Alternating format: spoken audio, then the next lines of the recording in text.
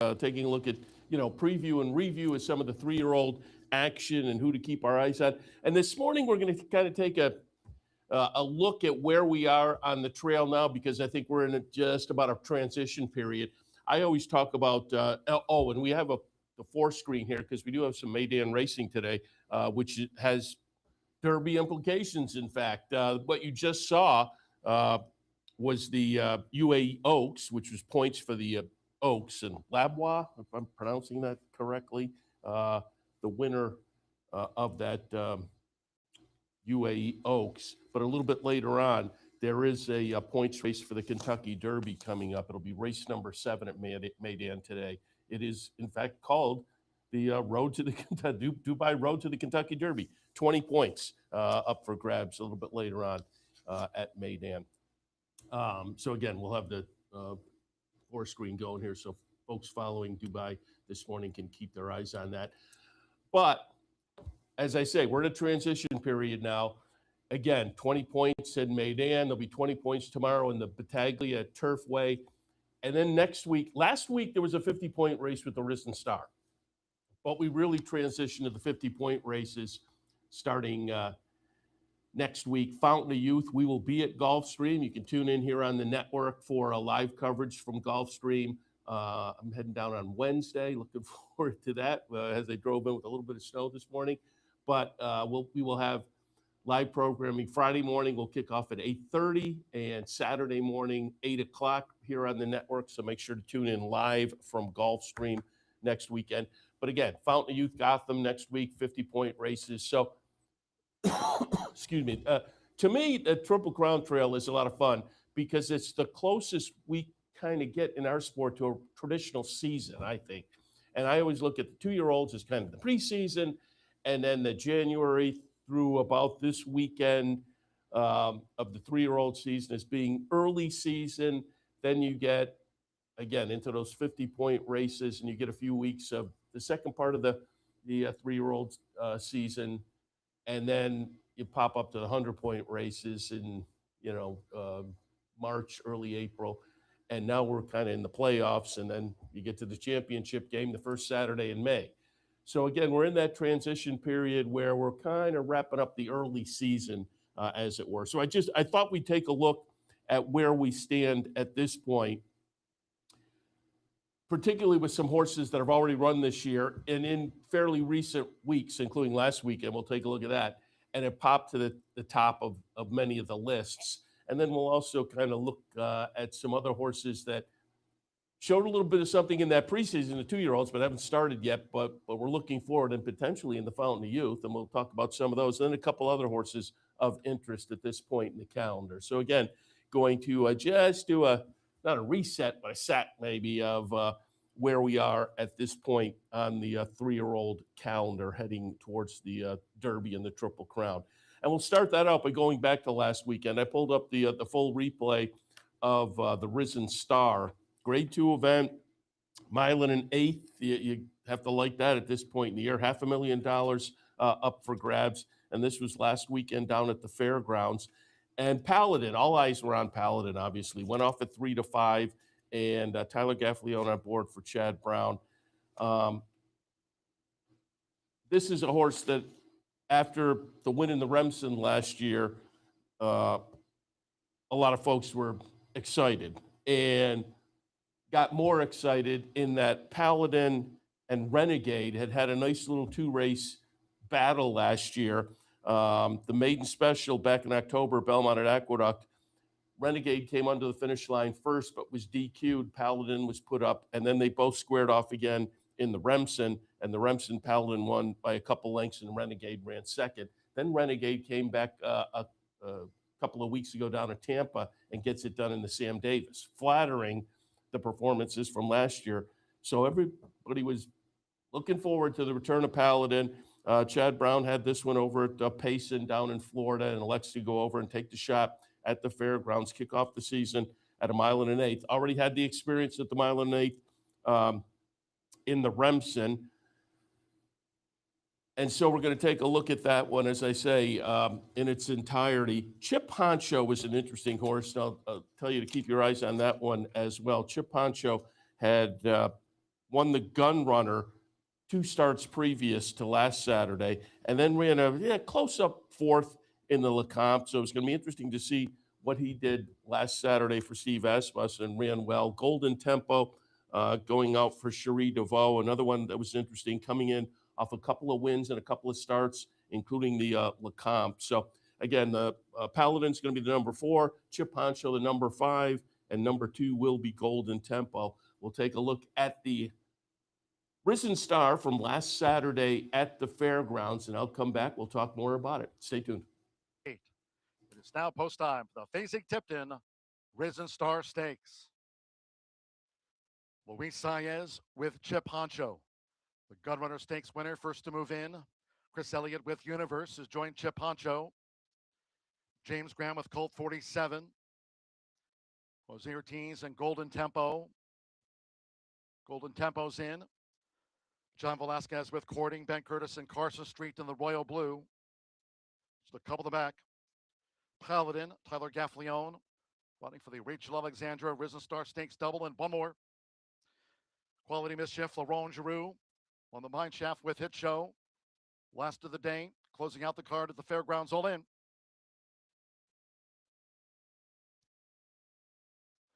And they're off. And the Fasig-Tipton Risen Star Stakes. And Carson Street was alertly away. Right there is Paladin and Chip Honcho with an early bid to vie for the front as they make their way toward the first turn with Luis Saez. It's Joe who takes the top from toward the inside. As they enter the first turn is Carson Street with Quality Mischief and the Remsen Stakes winner. Paladin is running in 4th now, 7 furlongs to run. On the outside comes Courting, receiving ground toward the inside is Universe, who's running last but 2. The trailers are the Lecomte Stakes winner, Golden Tempo, and Colt 47 is running 8th and a long-looking last. The opening quarter at 23.81 seconds. So Chip Honcho has taken control of the pace here. It's Chip Honcho who leads them to a half mile from home. In front by 2 to Carson Street with Quality Defend on the outside is Paladin, and those 3 keep tabs on Chip Honcho as they make their way toward the far turn. Courting is running a wide 5th. With toward the inside Universe next in 6th. Let's see, Golden Tempo must be some 15 lengths off of Chip Honcho as they round the far turn, and Colt 47 remains back. Half mile, 47.49 seconds, just inside 3 furlongs to go. And Chip Honcho is the target for Paladin, who's right there on the outside poised. Chip Honcho and Paladin. With toward the inside, Carson Street, who straightens away in 3rd from Quality Mischief. Courting on the far outside. Golden Tempo pulled to the stand side for his bid. He went 3/4 in 1 minute 11.53 seconds. And it is still Chip Honcho. Chip Honcho determined. Paladin charging hard on the outside. Carson Street is 3rd. Golden Tempo's 4th with Universe in 5th. Paladin tries to track down Chip Honcho. Here's Paladin with power and purpose to win the Risen Star. With Tyler Gaffleone, Paladin has won it from Chip Honcho. Golden Tempo 3rd today, and Universe finished 4th.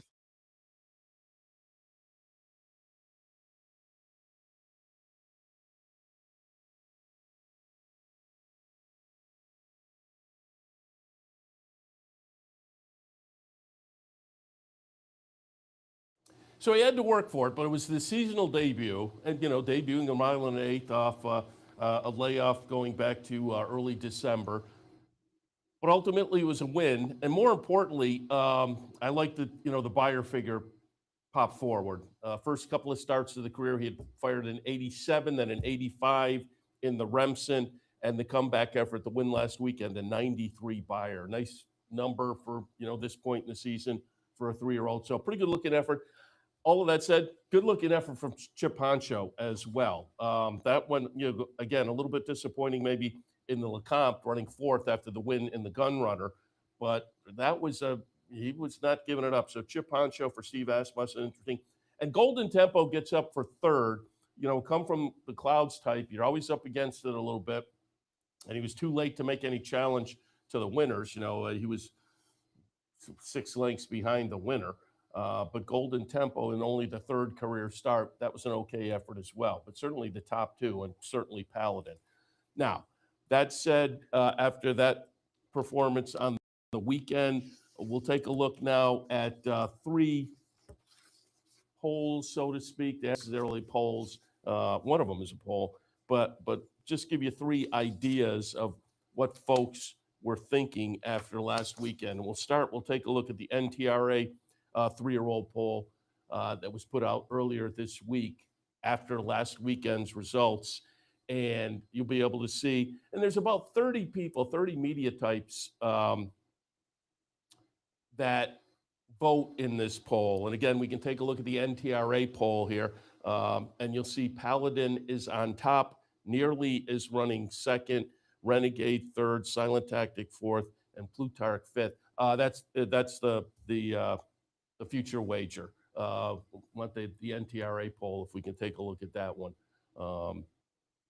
And again, Paladin is on top there, and pretty clearly on top after having the win in the Risen Star.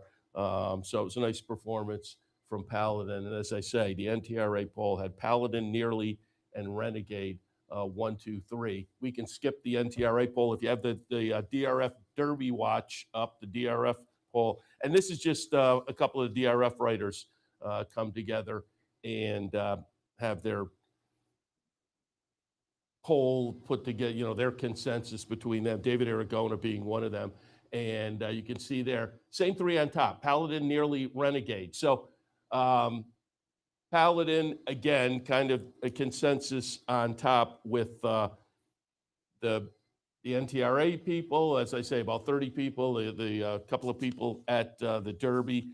And then I also pulled up, because we did have a future wager last weekend, future pool, and that's voting, so to speak, with your dollars. And you can see there, they are amongst the top 3. And on the individual odds, Paladin is the shortest price, Nearly is the second price, and Renegade is right up there. So they were clearly logical players for everyone after what we saw the last few weeks. And just as a reminder, we'll go back, and Nearly was back at the end of January 31st, in fact, winning the Holy Bull. And that was a pretty good performance from Nearly, obviously, that, as I say, then vaults him up to pretty good position. And again, if we can see the replay to the Holy Bull stretch run, and Nearly will get it done here. Get it done pretty easily with a 98 buyer figure. So solid performance there for Nearly. And again, enough to vault him up to, and again, the stretch run to the Holy Bull. If we can take a look at that, that would be great. And that was the 3rd win in the 4th career start. Stretch run to the Holy Bull? Yes? No? Okay. There we go. So Nearly gets it done, as I say, win number 3 in start number 4. Attracted a lot of attention. It's Todd Pletcher, it's Potent Connections, Centennial Farms, and a 98 buyer. So that was solid, and that's what got Nearly to the top of the list, but couldn't outdo Paladin when it came to the list being put out earlier this week. Renegade, again, took a lot of action. We can take a look at Renegade. Just, Risen Star was this past Saturday. The Saturday before that was the Sam Davis down at Tampa Bay. And so we'll take a look at the stretch run there. And Renegade gets it done pretty easily with a 92 buyer for Todd Pletcher. And again, kind of flattering the duel he had as a 2-year-old with Paladin. Nice performance by Renegade. So again, they wind up getting a lot of action off of these recent starts, and they are the logicals. Now, at this point, as I say, having reached, excuse me, kind of the end of the preseason and the early season, they're up at the top, and deservedly so, off of what we saw there. But there are some horses that in the preseason, the 2-year-old side of things, look pretty good and haven't started yet, but we're looking for them right around the corner, maybe this coming weekend in the Fountain of Youth. We'll talk about those and another interesting runner that has raced so far this year. All of that right after this. Stay tuned. The championship season is on at Gulfstream Park. Great horse racing action Thursday through Sunday. Come out and enjoy the world's best horses, trainers, and jockeys as they compete over the Hallandale Beach Oval all season long. Take your experience up a notch and join us in 10 Palms Restaurant with unbeatable track views, outstanding dining, and convenient wagering options. For reservations, event schedules, tickets, and more, head to GulfstreamPark.com. Think horse racing is too complicated? Think again. And they're off. Every pro was a newbie once. Meet DRF Newbie, the mobile tool loaded with daily racing form data and the power of DRF AI. Get the insights you need fast so you can play smarter and feel more confident. DRF Newbie, horse racing made simple. Try it free today. Visit newbie.drf.com.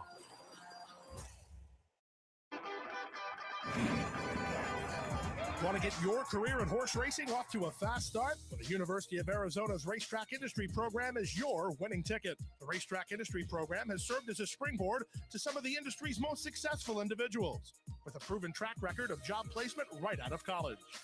If you want to earn a degree in the exciting horse racing industry, the Racetrack Industry Program can put you in the winner's circle.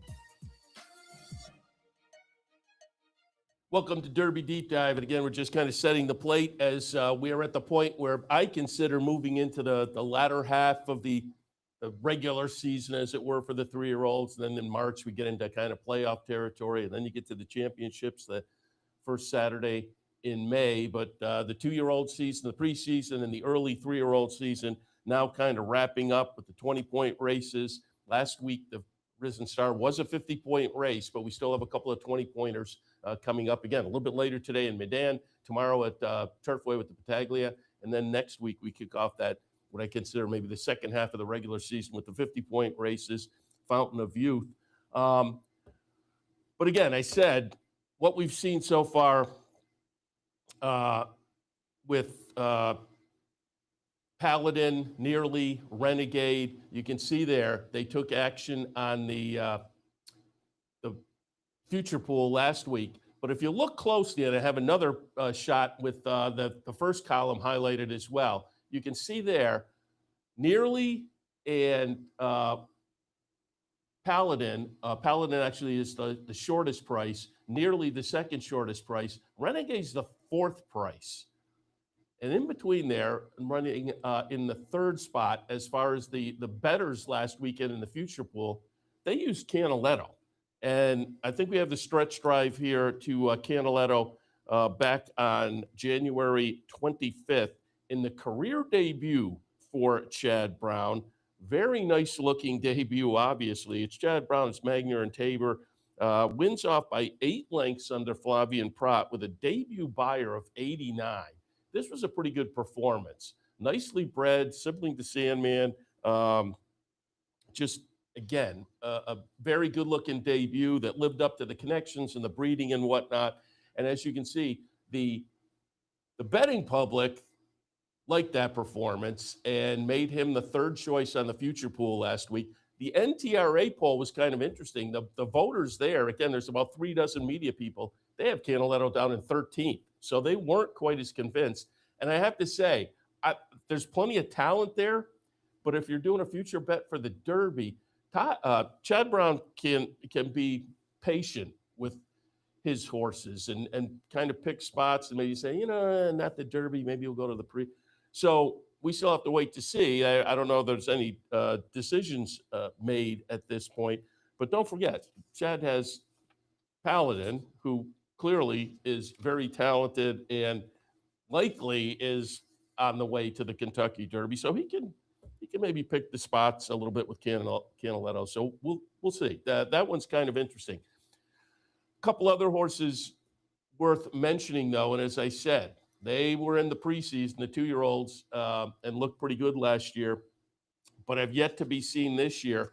But they're getting talked about a little bit as potentially being in next week's Fountain of Youth down at Gulfstream, and we're looking forward to it again. We will be there live covering the lead up and the Fountain of Youth down at Gulfstream. We'll be in the paddock in the morning, 8 8:30 on Friday, this coming Friday, a week from today, and 8 o'clock a week from tomorrow, next Saturday for Fountain of Youth Day, live from Gulfstream Park.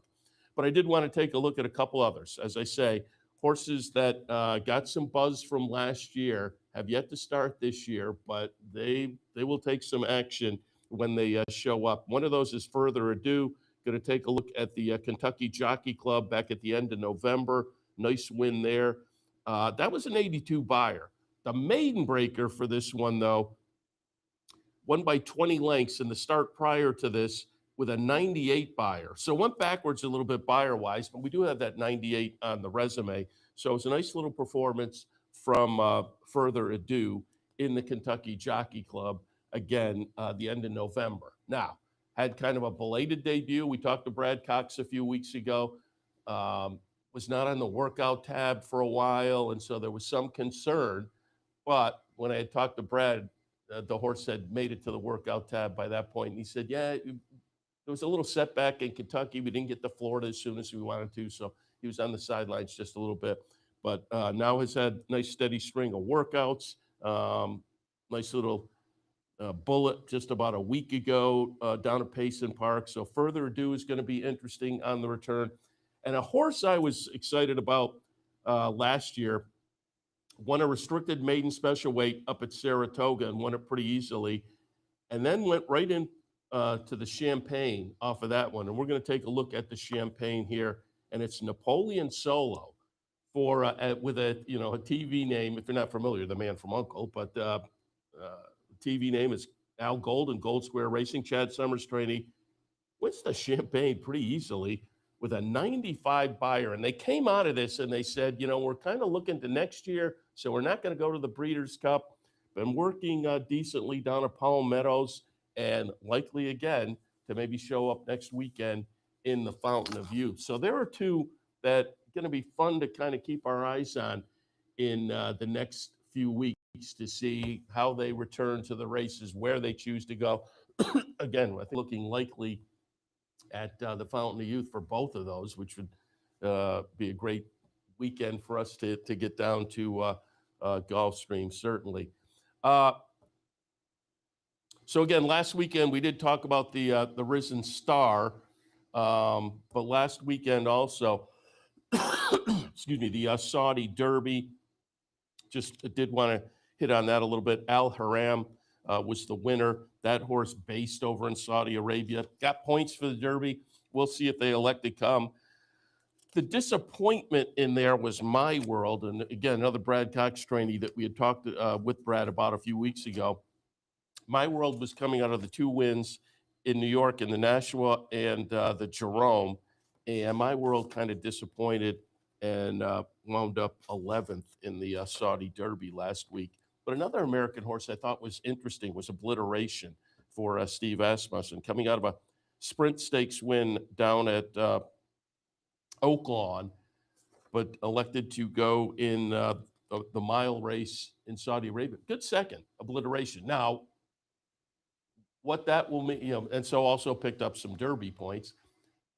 But again, Steve Asmussen has been pretty proficient with sprinters over the last few years, 3-year-olds and older. So this one seems a little maybe more sprint meant or short, the Saudi Derby 1-turn mile. So it's going to be interesting to see what they elect to do with Obliteration going forward. But again, it was a nice second in the Saudi Derby. But overall, as I say, will the Saudi-based horse come over here? Will Obliteration stretch out?